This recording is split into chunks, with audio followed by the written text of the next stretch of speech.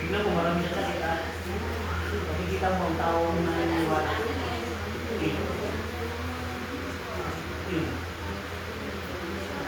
Dali ang mutin ng tao na bigyan. Ay dahil yung pinasabi, hindi ako nagpapagod sa iyo, ang nagsabi sa akin.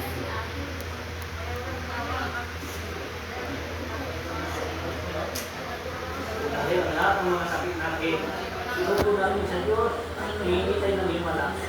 Nakakmat, naramdaman natin ay mawawala sa pangalan niya. Ito marami siyang sakit. Buong katawan niya. Pati mga ulat niya, masakit ang dahil sa niwala niya at gusto niya sa dahil.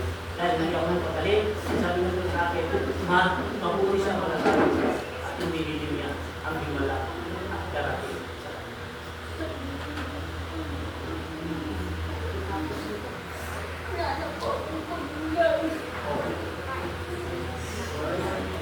Ang lahat yan, huwag yung mga magulang, may Panginoon pa rin na magtutulong sa inyo.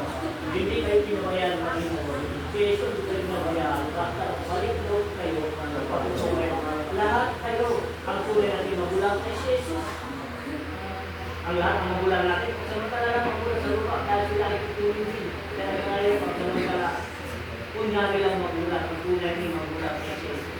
Ang tunay na ilitas atin. Yun lang.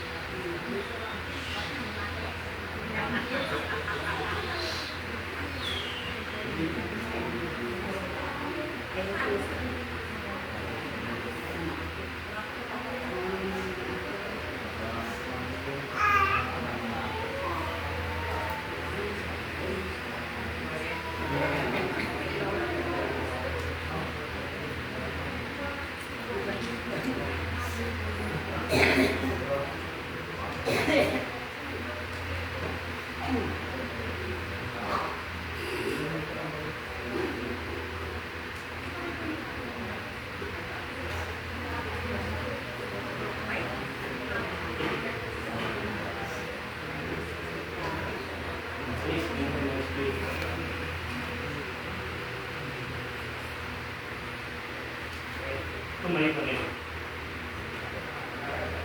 Kamu, hanapin yung sakit mo. Tubilog ka. Anak, kumusta? Okay na. Kanina, gumagano ka. Anong paniwala? Anong himala? Dahil hindi na, siya ko wala na siyang magulang. Minum pa rin magulang siya. Ang Diyos. Wala siyang magulang. Wala nang nanay, walang tatay. Isa niya. Si Lord, ang tunay natin. Ang tunay na magulang natin si Lord. Lahat pagsamantala kunyari magulang natin dahil sama-sama tayo sa isang lugar pagkakay sa pamilya kunyari dahil lahat tayo ay pupunin ng Diyos ang tunay natin magulang ang Diyos dakilang Ustad kaidan ka kadir. Wala na dahil sa paniwala mo sabi ko sa iyo ikaw ang naniniwala dahil wala na siyang mga magulang.